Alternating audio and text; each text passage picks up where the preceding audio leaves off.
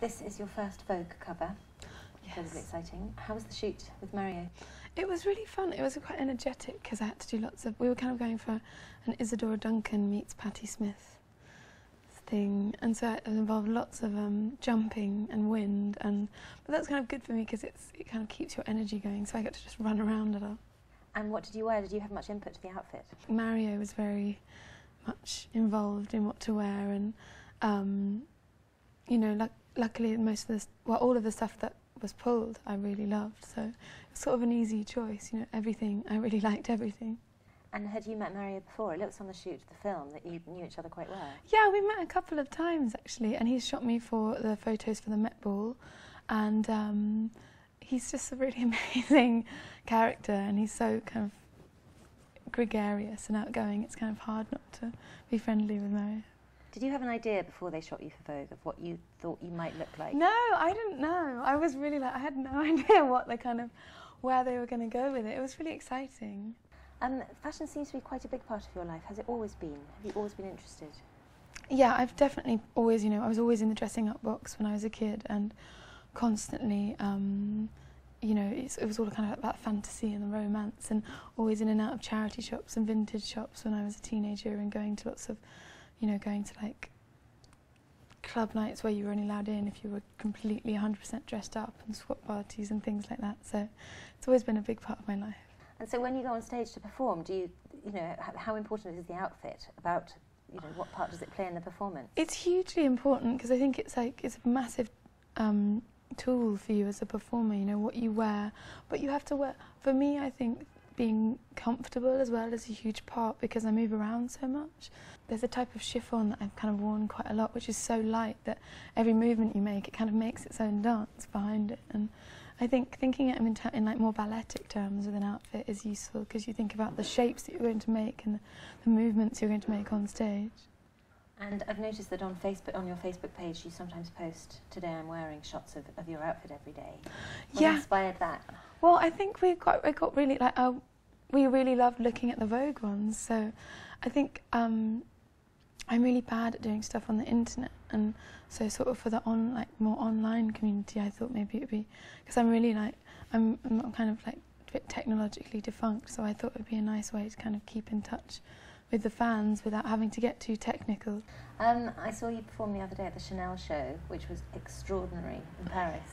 How did that come about? How have you started working with Karl Lagerfeld? Just through kind of getting... Well, I got to perform at Coco's apartment, amazingly, at Blake's handbag launch, which was just incredible. It was just me and a harp, and he wanted an underwater theme for his show, and I was talking about some of the underwater themes in my record, and so we were having this chat, and then all of a sudden he was like, "Yes, wouldn't it be nice if you came down on like a wire and it seemed like you were floating, and we must get loads of white harps." And I was thinking, where is this? And I kind of thought he was joking. And then he kind of put his hand on mine and was like, "Yes, so we'll do it. I'm glad we talked." And I was like, "What?" Oh, and I didn't. He's kind of, the way he does things is so kind of conversational, and he's inspired very quickly. And then all of a sudden the next day I was like, "I think I might be singing at the Chanel show," but I wasn't quite sure. And the next day we got the call from Chanel, so then I knew it was real. But the way it happened was very much spontaneous. Which other designers are you particularly interested in, or do you have favourites? I love Valentino. I think every time I see a collection of theirs, I would love to wear everything on it.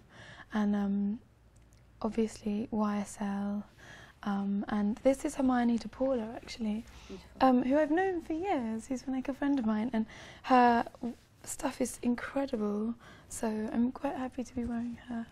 And so, writing this album, how big was the pressure because of the success of the last? How did you kind of take it on to start again? It was funny because the first album was such a high pressure situation anyway.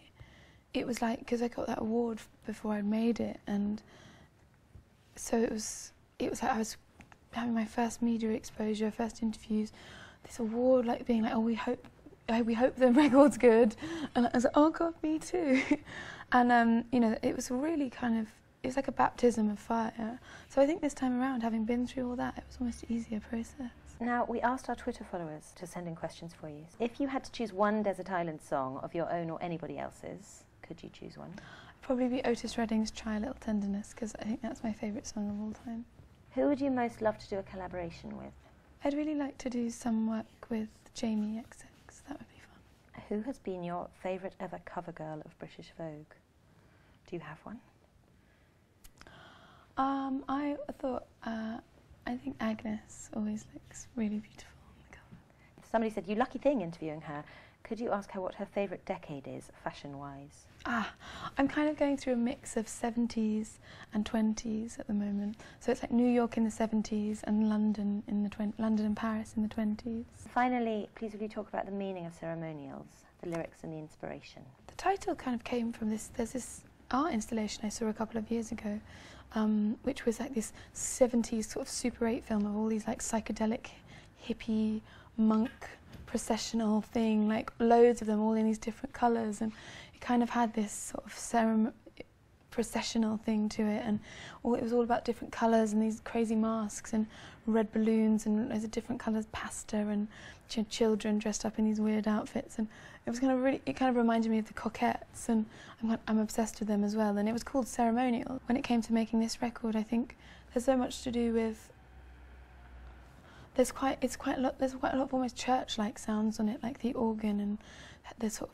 seems like there's some sort of conflict going on within it, and you know, that sense of release and catharsis, and I'm always kind of attracted to quite reverential sounds, and you know, the idea of kind of ritual and any kind of ceremony, be it kind of like a sacrificial or celebratory or, you know, wedding, funeral. I think I'm kind of always really attracted to that kind of thing, and the idea of kind of dressing up to go on stage and the state of mind you get into is kind of quite ceremonial. It's very ceremonial for me anyway, and so it kind of all fit together.